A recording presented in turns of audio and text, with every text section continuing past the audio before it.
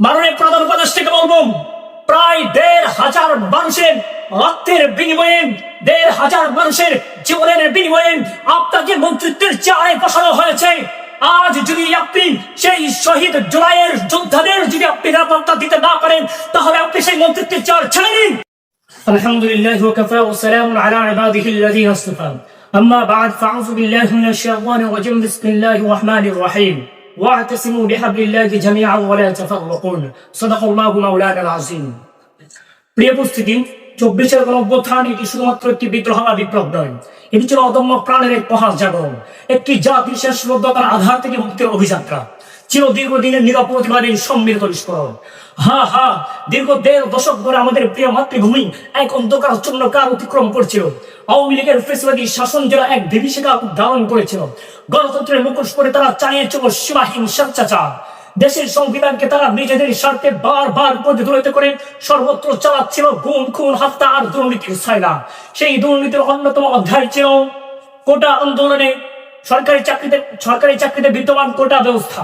প্রিয় উপস্থিতি, ৫ জুন বৈষম্যমূলক উচ্চ আদালতে এই ব্যাপারে বৈষম্যমূলক একটা রায় হওয়ার পর ছাত্ররা ৬ জুন প্রথম দফায় এবং ৭ জুলাই থেকে দ্বিতীয় দফায় তারা শান্তিপূর্ণভাবে এই আন্দোলনে নেমে আসে।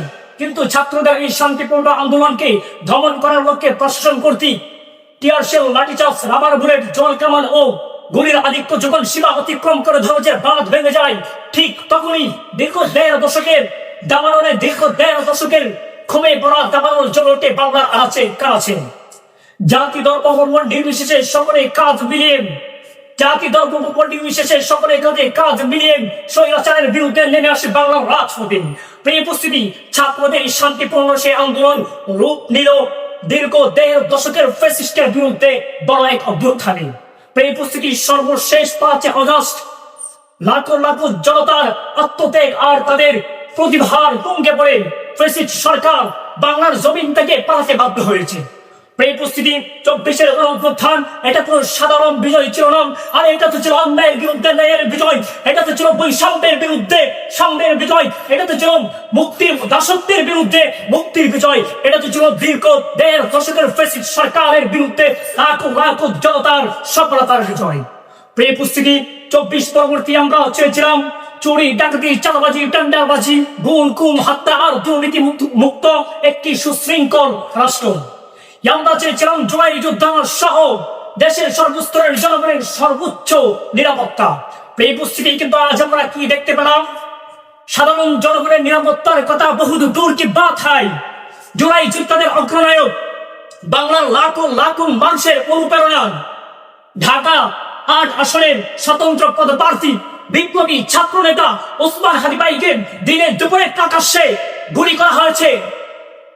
মাননীয় প্রধান উপদেষ্টাকে বলতে চাই, অনতি বিলম্বে অপরাধীদেরকে গ্রেফতার করে তাদের সর্বোচ্চ শাস্তির নির্ধারণ করা হোক। প্রিয় উপস্থিতি, যেই চেয়ার থেকে আপনি জনগণের নিরাপত্তা নিশ্চিত করতে পারেন না।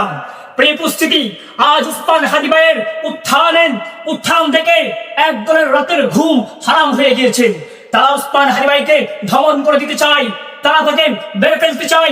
আমরা তাদেরকে বলতে চাই, তোমরা কয়জন ওসমান হাদিকে মারবেন? তোমরা কয়জন ওসমান হাদিকে ধমিয়ে দিতে চাও?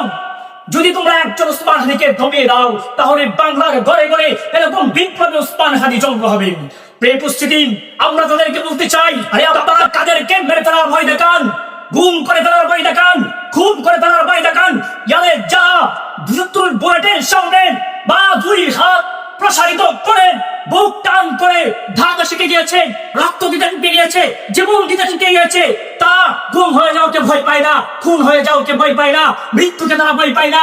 অতএব সাবধান হয়ে যান, জুলাই যোদ্ধাদেরকে নিয়ে ষড়যন্ত্র করা বাদ দিন, নিজেদের পায়ে নিজেরা খড় মারবেন না, কখনো সাধারণ ওসি ভেবে বিদ্যুতে হাত দিবেন না, ঝলসে যাবেন, সহ্য করতে পারবেন না।